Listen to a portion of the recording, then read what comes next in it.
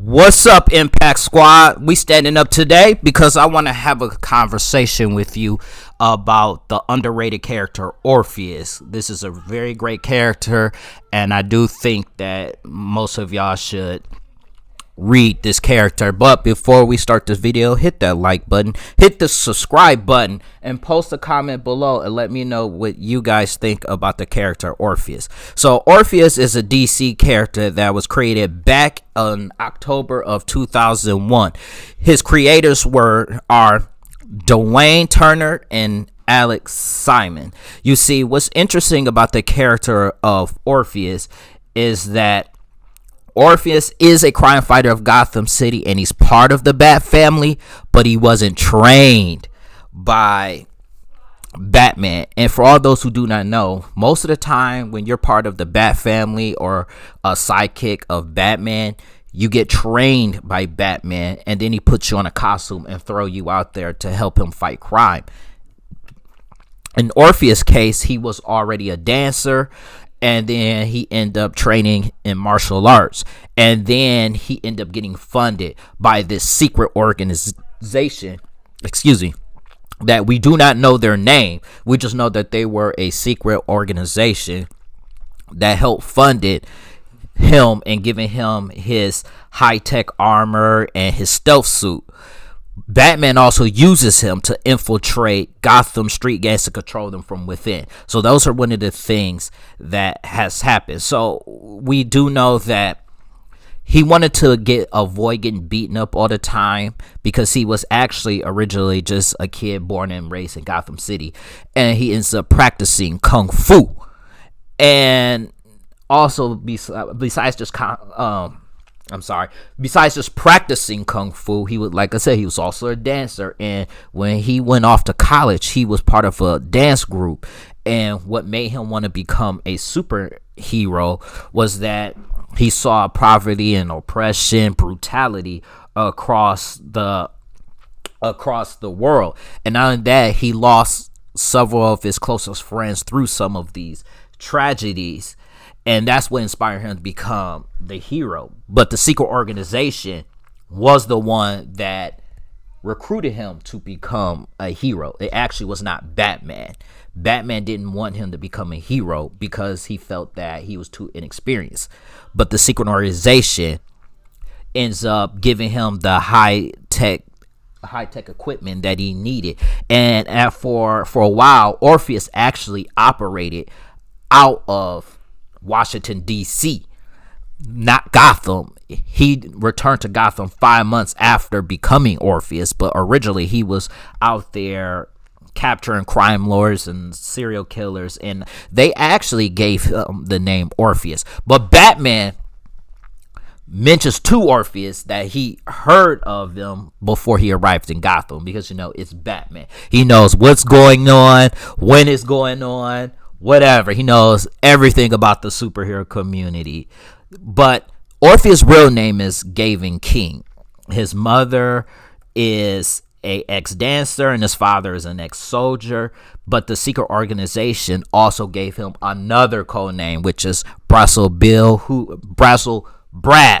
who is a recording. He's part of the entertainment industry, so he records beats and all that, and he's like somebody who records, and he lives in this apartment. You see, one of the things that he's had teamed up with Batman. Now Batman, like I told y'all earlier, didn't really want him to be a hero because he felt he was too inexperienced, but they did team up to take down a character known as Carl Esterhaus. And if those who don't know, Carl Esterhaus was a character that played somewhat of a prominent role in Batman No Man's Land, is the story arc called, and he played a prominent role. But in this, he ends up becoming a serial killer that kills cops. So they had some form of team ups. They actually fought each other, Orpheus and Batman, and Batman beats him up, obviously, but he earns Batman's respect when he tells Batman he's willing to die for his cause. Because you see, Orpheus is a socially conscious superhero, and he one of the things that he had told Batman is that he wants to be a role model to the youths in the streets of Gotham. He also believes that there are not enough black superheroes, and he wants to be that guy that can really, like, inspire black youths to do good instead of commit crimes. Now, there's times when he was accused by some of the thugs or the street hustlers as being an Uncle Tom, but he had one of the best quotes I've ever read, that he protects his people, but he'll take down criminals regardless of their race. And that's one of the things that I think separates him from most other underrated characters, or underrated black characters so far. And another thing about him is that he had that little Spider-Man-ish thing to him, where he cracked jokes in the middle of his in the middle of fighting crime, something that Batman has accused him of in the past, of not taking the job serious, but that was his way of dealing with stress.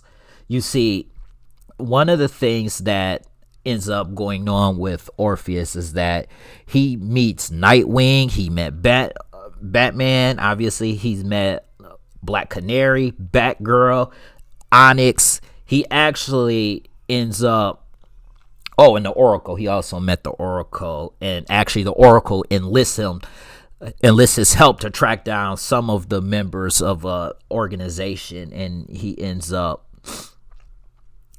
working with them, but he actually tells her that he does not take orders from Batman. So that's another thing that separates him from the Bat family. And like I said, he doesn't take orders from the Bat family.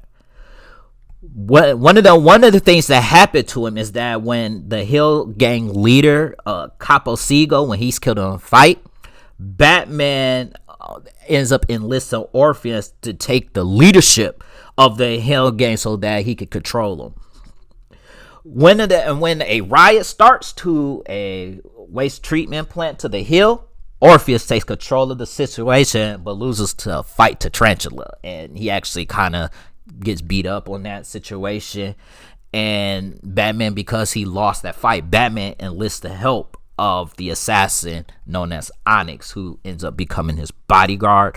And they stage a fight between Onyx and Orpheus, and they end up fighting Batman and Batgirl, and that ends up getting his reputation as a big time player in Gotham City's underground. And one of the things that ends up happening to him, and it's like tragedy strikes, is that around the time Batman was going by the name Matches Malone, who was like a big time gangster, spoiler, without Batman's knowledge, ends up setting a plan in motion that Batman had, and the plan actually required Orpheus, and he was the main part of Batman's plan. But what ends up happening is as Orpheus and Spoiler are talking to each other, Black Mass ends up sneaking up behind the character and slitting his throat and, killing him. And this ends up making him a martyr, and they got like memorials of the character and all that for him. And that's the thing, because what I want to know is, why is it that when you get somewhat of a decent enough character, they kill him off?